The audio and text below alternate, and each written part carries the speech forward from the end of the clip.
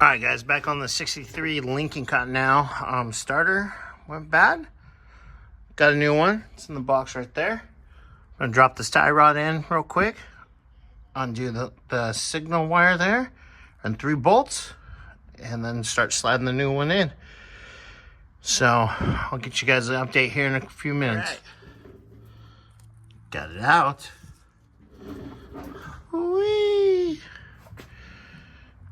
Sit on the floor.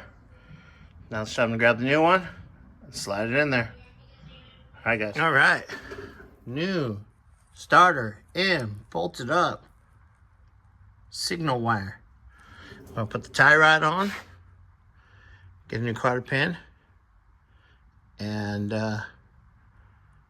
put the tire back on, and I'll show you a clip of it starting. And then I can bleed the cooling system. Yay. All right, well, hold on, wait for it. Moment of truth.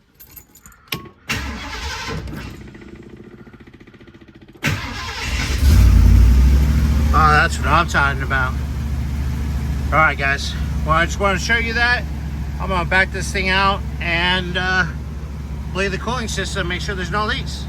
All right, guys, we'll get back to you in a little bit. All right, guys. On the cooling system burp itself, spilled a little coolant there.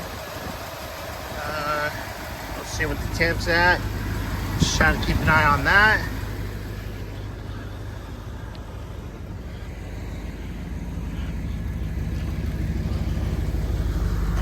What are we at? Yeah. Maybe moved a little bit, but we're saying keep an eye on that thing. Burp the system.